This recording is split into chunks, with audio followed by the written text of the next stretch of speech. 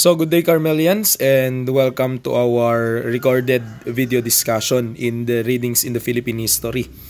And we will continue our discussion sa Philippine Constitution as our main topic for this subject.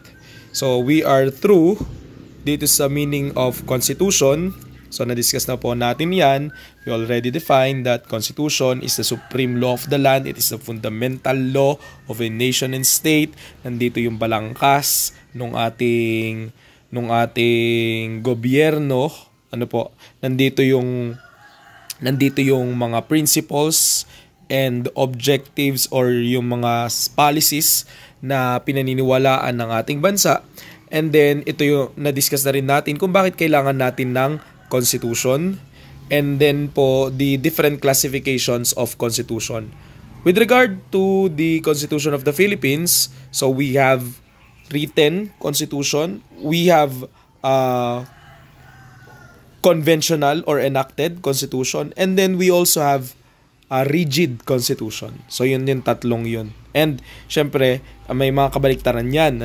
Flexible, yan, evolved, yan po. So, na-discuss na natin yan lahat. And then, essential qualities of good written constitution. Tatlo yan. It should be brief, broad, and definite. Sabihin, direct to the point. Wala nang paligoy-ligoy. And then, it can encompass time.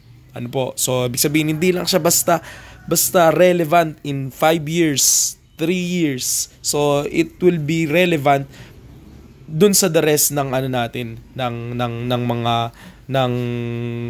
mga taon, And then, parts of the Philippine Constitution. So, diniscuss na rin natin yung Constitution of the Government, Constitution of Liberty, and Sovereignty. So, dito sa metamorphosis of the Philippine Constitution, napahapyawan na rin po natin ito last meeting. So, we have the Biak na Bato Constitution noong 1897. Na-discuss na po natin ito that this Constitution is short-lived because of the Philippine-American War. And then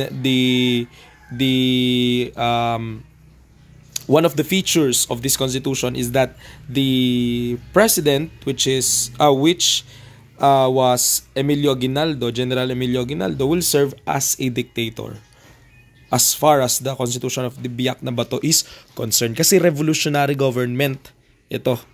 And then until nagkaroon din ng Malolos Constitution. Very significant ang Malolos Constitution because Malolos Constitution is the first democratic republican constitution in Asia. So very significant siya in a way na makikita natin when it comes to the conception ng democracy na unang Pilipinas sa Asia. Because of the liberal ideas, diniscuss nga natin nung nakaraan, di ba? In connection with Digong Burza, because of the liberal ideas that came in the Philippines through the European thinkers, dahil nabuksan din yung Suez Canal, nagkaroon tayo ng direct na ugnayan sa Europe, dahil na rin nawala, lumaya rin ang Spain sa early beginning ng 1800s, di ba? Lumaya din ang Mexico, early beginnings of 1800s, 1830s yata. Okay? So lumaya siya, nagkaroon tayo na nag-cut yung ating ugnayan sa Mexico, nagkaroon tayo ng direct na ugnayan sa Europe, to the point na yung mga liberal ideas ng Europe nakarating din sa Pilipinas. Katulad ng French Revolution, nung kay Voltaire, and as a result, nagkaroon tayo ng Malolos Constitution, which, sabi nga natin na nakarang meeting, is the first democratic republican constitution in Asia. Tinawag siyang Malolos Constitution kasi ginawa siya dahil sa Malolos Congress, sa Malolos Bulacan, particularly sa Malolos Church or yung Baraswain Church. Okay, so tapos na natin yan. And then after that, ito na pong 1935 Constitution. So, dito na po tayo huminto. Okay.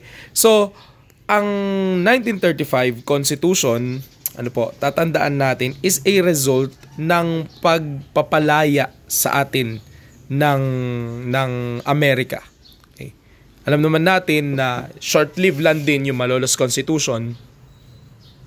yung Malolos government. Kasi napagbenta tayo ng Spain sa Amerika. Naging posible to kahit pa majority of the Malolos government hawak na nila ang buong Pilipinas. Naging possible ito because Spain still holds Manila. And if we will talk about Manila, we are referring to the Intramuros. Okay? So hindi yun na penetrate ng mga revolutionary government. Ano po, lalo na nung government led by President Emilio Aguinaldo. But anyway, noong 1935, naging successful yung mga mission ng mga Filipino, na gumawa, mag-craft ng batas sa sa United States of America para mapalaya ang bansang Pilipinas. Okay? So it was during the administration of Governor General Francis Burton Harrison that Philippinization policy of the government put in place. So nung time ni Governor General Francis Burton Harrison, nagkaroon ng freedom ang mga Filipino to lead their own country. Okay, so meron tayong meron tayong Senate, that was led by an elected Filipino politicians, lalo na yung ating, sabi nga natin, tala ng baler. Ang tala ng baler is si Manuel L. Quezon. Okay, so soon the colonial administration placed much of the country's governance in the hands of the Filipinos. 1 year later, the Jones Law of 1916, also known as the Philippine Autonomy Act, was passed by the U.S. Congress. Okay? So yung Jones Law, okay? So it also provided both executive and legislative sectors power over domestic affairs. So ibig sabihin, ang ginawa ng Jones Law is inacknowledge niya yung Filipino legislature, yung Senate and House of the Representatives, na makapag-decide o makapag-craft ng mga batas, polisiya sa sarili nating locality dito sa kolonya. Kolonya pa lang ito kasi ng Amerika.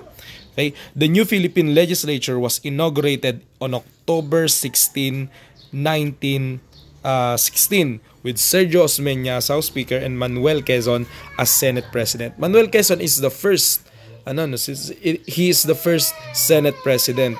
Kaya dito makikita natin na because of the Jones Law, unti-unting nagkaroon ng kapangyarihan itong mga Filipinos, lalo tigit itong mga Filipino politicians. Okay, so nag-elect tayo ng members ng House of the Representatives, and then nag-elect tayo ng members of the Senate, and then syempre sila ay legislators, nag-craft sila ng batas. Pero hindi sa hindi ito yung unang pagka-craft nila ng batas, hindi about foreign policy. Wala sila kasi under pa rin tayo ng Amerika. Amerika pa rin magde-decide when it comes to foreign policy. So, ang ginagawa natin is yung mga batas natin sa kasalukuyan. And yung mga batas na natutupad noon dahil kolonya tayo ng Amerika, so approval pa rin ng American President. So, despite the American concession of letting Filipinos run their own government, the prospect of independence was not erased from the minds and hearts of the Filipinos. So nandun pa rin yung aspirations na lumaya ang bansang Pilipinas. From 1918 to 1932, merong at least five independent missions to the United States. Ano yung independent missions? Ang independent missions is yung pagpunta ng mga Filipino sa US, particularly sa US Congress, para i-justify na lumaya na ang bansang Pilipinas para makapag-negotiate ng batas sa Amerika na magtatakda ng paglaya, full autonomy ng bansang Pilipinas. So, ang pinakamatagumpay dito ay yung Tidings-McDuffie Law by the US Congress. Ang Tidings-McDuffie Law ay bunga ng mission ni Osmeña at Rojas. Okay? Ang Tidings-McDuffie Law, ang pinoprovide nito na-approve siya nung March 24, 1934. So ang pinoprovide nito is that magkakaroon ng 10-year transitional period. Ibig sabihin with that 10-year unti-unti na napapalayain ng bansang Amerika ang Pilipinas para magkaroon ng full autonomy, maging independent state, separate from America. With that 10 years, para bang may period kung saan alam niyo yung parang building, 'di ba, may scaffolding, yung may support. So, tatanggalin 'yun. Unti-unti tatanggalin. And then after 10 years, nakatayo na 'yun. So syempre, yung scaffolding din naman yung 10 years sa isang building. 'Di ba, yung support ng isang building, din naman yung 10 years na nakasupport. Pero in the case of a country katulad ng Pilipinas, ganun yung pinrovide sa Tidings-McDuffie Law. Ang Tidings-McDuffie pala, ito yung mga legislators sa Amerika, kaya tinawag siyang Tidings-McDuffie kasi ang sponsor nung bill o nung batas is si Tidings and then si Mr. McDuffie. Okay? So, ang 10-year transitional period na yun ay matatawagin na Commonwealth government. Okay? So, yan. So, July 10, 1934, nagkaroon ng election at nagkaroon ng pagboboto dun sa mga delegates to write a constitution for the Philippines. So, nabuo siya noong January 31, 1935. Okay? So, syempre, there are conditions sa pagbubuo ng constitution, such as majority po dito is that yung ideals ng democracy and then ng republic government is embedded. Kumaga yung idea ng Amerika ng demokrasiya is nakahabi dun sa 1935 Constitution. Kabilang na halimbawa ng pagtatakda ng Bill of Rights. So, yun po. The Constitution was approved by U.S. President Franklin Delano Roosevelt on March 23, 1935 and ratified by the Filipino people in a plebiscite on May 4, 1935. So, na-discuss na natin yung plebiscite, di ba? Plebiscite is yung process ng pagdadala sa mga Filipino nung for example, nung isang constitution o nung isang provision ng batas para pagbotohan mismo. Hindi lang nung mga legislators o hindi lang nung mga leaders natin sa taas, kundi pinagbobotohan siya ng mga ordinaryong mamamayan o nung voting population ng isang bansa. Okay? Noong 1935, Constitution enumerated the composition, powers, and duties of the three branches of the government. So, nandun po nakadefine yung powers ng executive, legislative, and judiciary, and created the General Auditing Office. So, may ganun noon. And then, yung Bill of Rights, women's suffrage, giving women the right to vote, to be part of the Philippine politics. Malagang ginampanan dito ni Aurora Quezon, yung voting rights. Kasi dati, ang voting rights ng mga kababaihan, it's not really a right. It's a privilege granted by a small group of countries. And then until pinaglaban nito ng mga kababaihan, lalo tigit dito sa Pilipinas, isa si Aurora Quezon sa nakipaglaban sa voting rights ng mga kababaihan. Framing the 1935 Constitution was monumentous even for Filipino people. It showed that Filipinos had the capability of self-government with the creation of the Commonwealth government in 1935 and led to the country's independence a decade later. Okay? So, the Japanese occupation in the Second Philippine Republic o yung 1943 Constitution. Okay. 1943 Constitution. So, we all know the background of this. Nagkaroon ng World War II, napasama ang Pacific region sa World War II to the point na naging ally ng Germany ang Japan at nagkaroon nag-assert ng dominance ang Japan ang tawag ng mga European dito sa region natin is yung Far East. Okay? So, malayong silangan. And actually, naging matagumpay ang Japan when it comes to their occupation. Ano po? At ang paliwanag ng Japanese is why noong 1943, bakit kailangan pa kayong maghintay ng 10-year transitional period kung pwede naman na ibigay ito ng Japanese government ura-urada.